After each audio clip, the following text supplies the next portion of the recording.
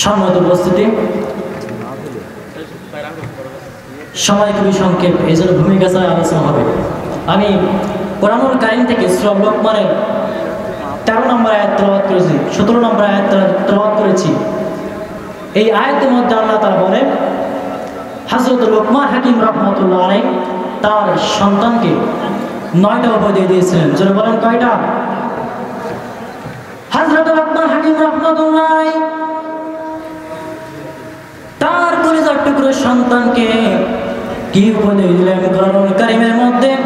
হযরত লোকমান হাকিম রাহমাতুল্লাহ আলাইহি কোরআনুল কারীমের মধ্যে আল্লাহ পাক জানিয়ে দিলেন, ইয়া বুনাইয়া আকিমিস সালাতা ওয়া আমুর বিল মা'রুফ ওয়া নাহা আনিল মুনকার।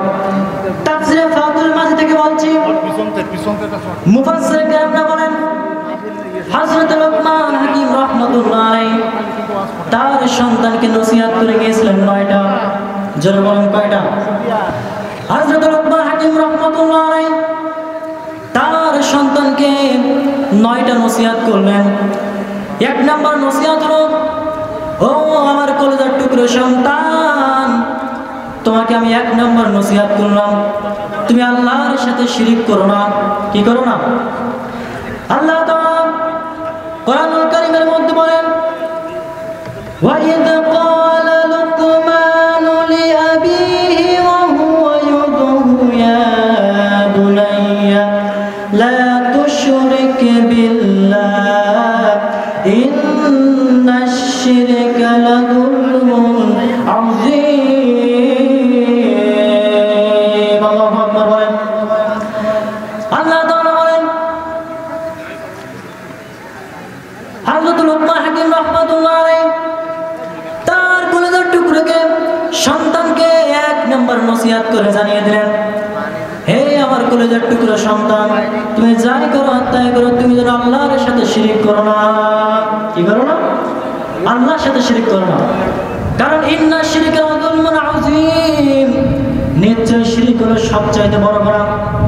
আল্লাহ তাআলা সূরা নিসার মধ্যে বলেন, ইন্নাল্লাহা লা ইয়াগফিরু আন ইউশরাকা বিহি ওয়া ইয়াগফিরু মা দুনা যালিকা লিমান ইয়াশা ওয়া মান ইউশরিক বিল্লাহি ফাকাদ দাল্লা দালালান বাঈদা। ইন্নাল্লাহা লা ইয়াগফিরু আন ইউশরাকা বিহি, যারা শিরিক করবে আল্লাহ রাব্বুল আলামিন বলেন তাদের আমল ধুলার সাথে মিশিয়ে দেওয়া হবে। মুফাসসির কেরামরা বলেন, শিরিক করবে যারা 4টি পরিণতি ভোগ করবে তারা।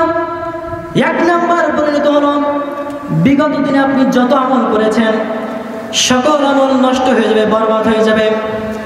2 নম্বরে হলো, আপনি মুসলমান থাকবেন না, মুরতাদ হয়ে যাবেন। 3 নম্বরে হলো, আপনার স্থায়ী ঠিকানা জাহান্নাম হয়ে যাবে। 4 নম্বরে হলো, আপনার জন্য জান্নাত হারাম হয়ে যাবে। তাহলে শিরিক করবে যারা 4টি পরিণতি ভোগ করবে তারা। 1 নম্বরে হলো, আপনি বিগত দিনে যত আমল করেছেন সকল আমল নষ্ট হয়ে যাবে, বরবাদ হয়ে যাবে। আর 2 নম্বরে হলো, আপনি মুসলমান থাকবেন না, অর্থাৎ মুরতাদ হয়ে যাবেন। 3 নম্বরে হলো, আপনার স্থায়ী ঠিকানা জাহান্নাম হয়ে যাবে। 4 নম্বর, আপনার জন্য জান্নাত হারাম হয়ে যাবে। সম্মানিত ভাইরা আমার, হযরত লোকমান হাকিম রাহমাতুল্লাহ আলাইহি তার কলিজার টুকরো সন্তানকে 2 নম্বর নসিহত করেছেন, হে আমার কলিজার টুকরো সন্তান, তোমাকে আমি 2 নম্বর নসিহত করলাম, তুমি পিতামাতার সাথে সৎ আচরণ করো, ভালো ব্যবহার করো। আল্লাহ তাআলা সূরা বানী ইসরাঈল 23 নম্বর আয়াতের মধ্যে জানিয়ে দেন, ওয়া কাদা রাব্বুকা আল্লা তা'বুদু ইল্লা ইয়্যাহু ওয়া বিল ওয়ালিদাইনি ইহসানা। আল্লাহ তাআলা বলেন, আমি ঘোষণা দিয়ে দিলাম তোমরা একমাত্র আল্লাহকে ইবাদত করবে, আর তোমরা পিতামাতার পিতামাতার সাথে সৎ আচরণ করবে, ভালো ব্যবহার করবে। তাহলে আল্লাহ পাক নিজের নির্দেশনা দিয়েছেন, তোমরা আমাকে আমার ইবাদত বন্দী করবে এবং তোমরা পিতামাতার সাথে সৎ আচরণ করবে। আল্লাহ তাআলা কোরআনুল কারীমের মধ্যে বলেন, ওয়ামা খালাকতুল জিন্না ওয়াল ইনসা ইল্লা লিয়াবুদুন। আমি মানুষকে এবং জিনকে একমাত্র আমার ইবাদত বন্দী করার জন্য সৃষ্টি করেছি। তাহলে আল্লাহ পাক রব্বুল আলামিন আমাদেরকে একমাত্র তার ইবাদত করার জন্য সৃষ্টি করেছেন। এই জন্য আমাদেরকে আল্লাহ তাআলাকে ইবাদত করতে হবে। সম্মানিত ভাইরা আমার, আলোচনা খুবই সংক্ষেপ, বক্তা পাশে বসে আছে, আলোচনা করা ঠিক নয়। যতটুকু আলোচনা হয়েছে আমলি বাস্তবায়ন করার তৌফিক দান করুন। ওয়া আখিরু দাওয়ানা আলহামদুলিল্লাহি রাব্বিল আলামিন।